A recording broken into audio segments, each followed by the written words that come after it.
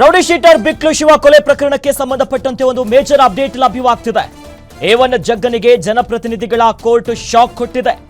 ನಿರೀಕ್ಷಣಾ ಜಾಮೀನು ಅರ್ಜಿ ವಜಾಗೊಳಿಸಿದೆ ಕೋರ್ಟ್. ಈಗ ಜಗದೀಶ್ ಸಲ್ಲಿಸಿದಂತ ನಿರೀಕ್ಷಣಾ ಜಾಮೀನು ಅರ್ಜಿಯನ್ನ ವಜಾ ಮಾಡಿದೆ ಕೋರ್ಟ್. ಜನಪ್ರತಿನಿಧಿಗಳ ವಿಶೇಷ ನ್ಯಾಯಾಲಯದಿಂದ ಶಾಕ್ ಕಾದಿದೆ. ರೌಡಿ ಶೀಟರ್ ಬಿಕ್ಲು ಶಿವ ಕೊಲೆ ಪ್ರಕರಣದಲ್ಲಿ A1 ಜಗ್ಗ ಅಲಿಯಾಸ್ ಜಗದೀಶ್ ಈತನಿಗೆ ಜನಪ್ರತಿನಿಧಿಗಳ ಕೋರ್ಟ್ ಈಗ ಶಾಕ್ ಕೊಟ್ಟಿರೋದು.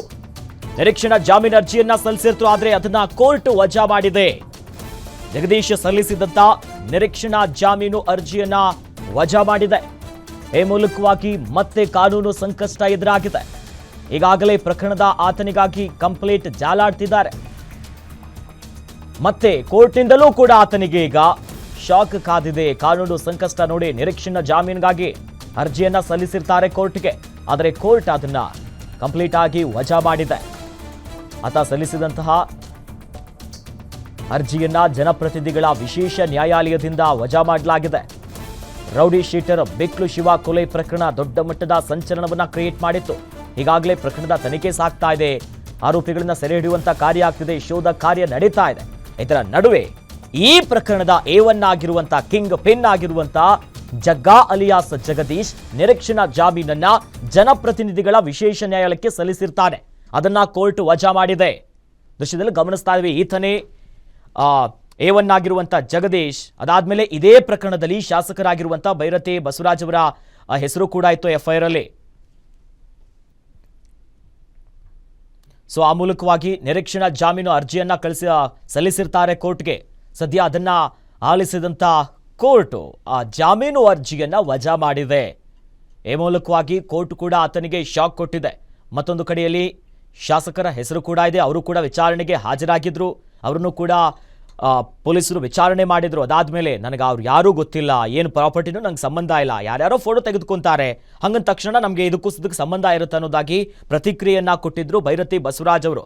ಮತ್ತೊಂದು ಕಡೆಯಲ್ಲಿ ಈ ಜಗ್ಗ ಪ್ರಕರಣದ A1 ಅಥವಾ ಬೇರೆ ದೇಶಕ್ಕೆ ಹಾರೋಗ್ಬಿಟ್ಟಿದ್ದಾನೆ, ತಪ್ಪಿಸ್ಕೊಂಡಿದ್ದಾನೆ, ಬೇರೆ ತಲೆಮರೆಸ್ಕೊಂಡಿದ್ದಾನೆ ಅನ್ನೋ ವಿಚಾರ ಕೂಡ ಇತ್ತು. ಒಟ್ಟಿನಲ್ಲಿ ಆತನಿಗೆ ಶೋಧ ಕಾರ್ಯಾಗಿತ್ತು.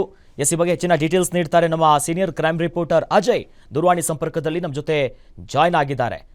ಅಜಯ್, ಈಗಾಗಲೇ ಈ ಪ್ರಕರಣ ದೊಡ್ಡ ಮಟ್ಟದ ಸದ್ದು ಮಾಡ್ತಾ ಇದೆ. ಇವತ್ತು ಕೋರ್ಟಲ್ಲಿ ಏನಾಯ್ತು? ನಿರೀಕ್ಷಣಾ ಜಾಮೀನು ವಜಾ ಆಗಿದೆ. ಈ ಬಗ್ಗೆ ಹೆಚ್ಚಿನ ಅಪ್ಡೇಟ್ಸ್ ನೀಡ್ತಾ ಹೋಗುದಾದ್ರೆ. ಖಂಡಿತವಾಗ್ಲೂ ಅಖಿಲೇಶ್, ಈಗಾಗ್ಲೇನು ಹೈಕೋರ್ಟ್ ಇದು ಜನಪ್ರತಿನಿಧಿಗಳ ವಿಶೇಷ ನ್ಯಾಯಾಲಯಕ್ಕೂ ಕೂಡ ಆತ ಅರ್ಜಿಯನ್ನು ಕೂಡ ಸಲ್ಲಿಸಿದ್ದ. ಅಂದ್ರೆ ಏನು ನನಗೆ ಏನು ಆಂಟಿಸಿಪೇಟರಿ ಬೇಲ್ ಕೂಡ ಬೇಕು ಅಂತ ಹೇಳಿ. ಸೊ ಹೀಗಾಗಿ ಅದು ಕೂಡ ಈಗಾಗಲೇ ವಜಾ ಆಗಿರುವಂತದ್ದು. ಇನ್ನು ಈ ಒಂದು ವಿಚಾರವಾಗಿ ಇನ್ನು ಜಗ್ಗನನ್ನು ಕೂಡ ಸಾಕಷ್ಟು ಹುಡುಕಾಟವನ್ನು ಕೂಡ ಪೊಲೀಸರು ಮಾಡ್ತಿದ್ದಾರೆ.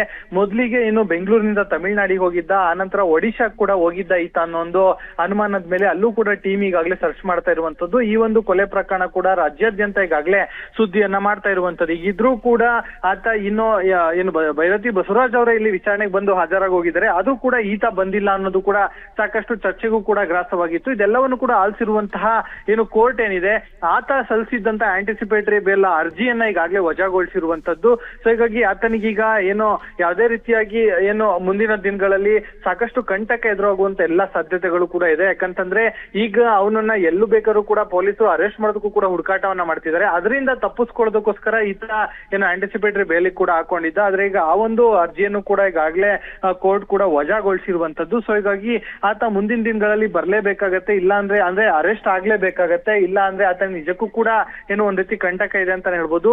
ಈಗಿರುವಂತ ಮಾಹಿತಿ ಪ್ರಕಾರ ಆತ ಬೇರೆ ದೇಶಕ್ಕೆ ಹೋಗಿದ್ದಾನೆ ಅನ್ನೋ ಮಾಹಿತಿ ಕೂಡ ಇರುವಂತದ್ದು. ಸೊ ಹೀಗಾಗಿ ಅಲ್ಲೂ ಕೂಡ ಈಗಾಗಲೇ ಸಾಕಷ್ಟು ಸರ್ಚ್ ಕೂಡ ಮಾಡಲಾಗಿರುವಂತದ್ದು.